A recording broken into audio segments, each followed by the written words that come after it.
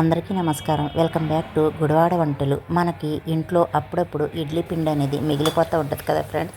అలాంటప్పుడు మనం ఇడ్లీ పిండితో చిట్టి కరకరలాడే చిట్టి పునుగులు, దీనికి కాంబినేషన్గా టమాటా చట్నీ, ఇంకా ఆలస్యమైన పదండి కిచెన్లోకి వెళ్ళిపోతాం. టమాటా చట్నీ చేసి చూపిస్తాను. 1/2 టేబుల్ స్పూన్ ఆయిల్, ఒక 3-4 పచ్చిమిర్చిని ఈ విధంగా కట్ చేసి వేసుకోండి. 1 టేబుల్ స్పూన్ దాకా మినప్పప్పుని కాస్త దూరగా వేగనివ్వండి. మినప్పప్పు పచ్చిమిర్చి కాస్త వేగాక ఒక 1/4 కిలో దాకా టమాటాలు పెద్ద ముక్కలుగా కట్ చేసి వేసుకోండి.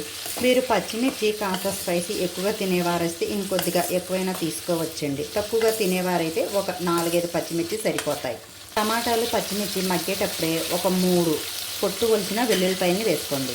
మూత పెట్టేసి చక్కగా మగ్గించండి. టమాటాలు అనేవి చక్కగా మగ్గిపోయండి. కొద్దిగా కొత్తిమీర, కొద్దిగా చింతపండు ఒక్కసారి కలిపేసి స్టాప్ చేసేసుకోండి. పూర్తిగా చల్లారనివ్వండి.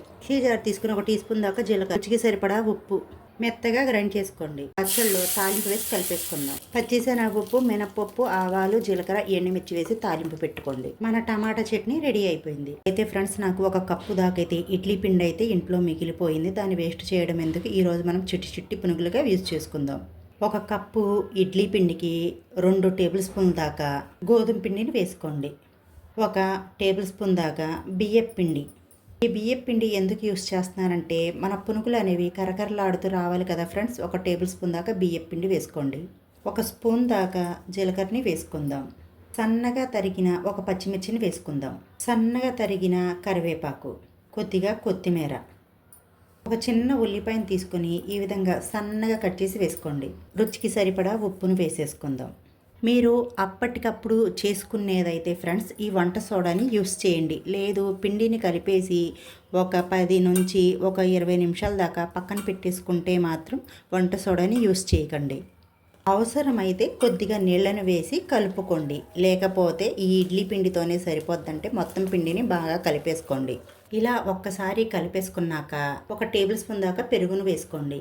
ఈ పిండిలో ఈ పెరుగును కూడా చక్కగా కలిపేయండి. ఈ పునుగుల పిండి అనేది మరీ గట్టిగా ఉండకూడదండి, అలా అని మరీ లూజ్గా ఉండకూడదు. ఒక్కసారి ఈ విధంగా కలిపేయండి ఫ్లఫీగా. ఇప్పుడు ఈ పిండిని ఒక 5 నిమిషాలు మూత పెట్టేసి పక్కన పెట్టేసుకుందాం. 5 నిమిషాలు అయితే అయిపోయింది కదండి. ఇప్పుడు డీప్ ఫ్రైకి సరిపడినంత ఆయిల్ హీట్ అయ్యాక మీడియం ఫ్లేమ్ మీద పెట్టి ఇప్పుడు మనం చిన్న పునుగులుగా వేసేసుకుందాం. ఫ్రెండ్స్, నాకు తెలుగు మాట్లాడటం అంతగా రాదు ఫ్రెండ్స్. నేనేమన్నా పదాలు తప్పుగా మాట్లాడితే మాత్రం ఏమీ అనుకోకండి. నేను మాట్లాడే తెలుగు మీకు అసలు అర్థమవుతుందో లేదో ఫ్రెండ్స్, నాకు ఒక కామెంట్ అయితే పెట్టండి. అన్నీ ఇలా వేసేసాక వేయగానే కలపకుండా ఒక 2 నిమిషాలు ఇదే విధంగా వేగనివ్వండి. ఇప్పుడు మనం 2 వైపులా తిప్పుకుంటా నిదానంగా మంచి గోల్డెన్ కలర్ షేడ్ వచ్చేదాకా ఫ్రై చేసుకుందాం. మనకి ఇంట్లో ఇడ్లీ పిండి అనేది మిగిలిపోతూ ఉంటుంది కదా ఫ్రెండ్స్. మీరు ఇలాగ ఈవినింగ్ స్నాక్స్ రెసిపీగా అయినా చేసి పెట్టచ్చు, పిల్లలకి బ్రేక్ఫాస్ట్ రెసిపీగా అయినా చేసి పెట్టచ్చు. ఈసారి ఈ విధంగా ట్రై చేయండి. మీరు హెల్తీగా చేసుకోవాలంటే గోధుమ పిండిని కలుపుకోండి ఫ్రెండ్స్. లేదు అనుకుంటే మైదాని యూస్ చేయండి. ఈ ఇడ్లీ పిండితో ఇలా పునుగులే కాదు ఫ్రెండ్స్, వడలు కూడా వేయచ్చు. మీకు ఆ రెసిపీ వీడియో కావాలంటే మా ఛానల్లో ఉంది, వెళ్ళి ఒక్కసారి చూడండి. ఏంటి ఫ్రెండ్స్, వీడియో చూస్తున్నారు కానీ లైక్ ఇవ్వట్లేదు. ఒక్క లైక్ ఇవ్వండి ఫ్రెండ్స్. ఇలాంటి మంచి రెసిపీ వీడియోస్తో మీ ముందుకు రావాలంటే మా ఛానల్ని సబ్స్క్రైబ్ చేసుకోండి ఫ్రెండ్స్. నేను ఒక్క లైకే కదా ఫ్రెండ్స్ అడుగుతున్నది, మిమ్మల్ని ఇంకేం అడగట్లేదు కదా. ఒక్క సబ్స్క్రైబ్ అడుగుతున్నాను ప్లీజ్ ఫ్రెండ్స్. ఒక్కసారి నా ఛానల్కి లైక్ చేయండి, సబ్స్క్రైబ్ చేసుకోండి.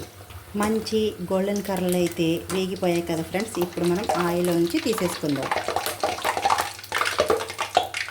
వేరొక ప్లేట్లోకి తీసుకుందాం. మన పునుగులు రెడీ అయిపోయాయి. దీనికి కాంబినేషన్గా టమాటా చట్నీ రెడీ అయిపోయింది. ఇంకా ఆలస్యం ఎందుకు ఫ్రెండ్స్, మీరు కూడా మీ ఇంట్లో ట్రై చేసేసి నాకైతే ఒక మంచి కామెంట్ అయితే పెట్టేయండి. దానికి రెసిపీ వీడియో నచ్చినట్టయితే మా వీడియోకి ఒక లైక్ ఇచ్చి సబ్స్క్రైబ్ చేసుకోండి. గంట సింబల్ని యాక్టివేట్ చేసుకోండి. Bye friends.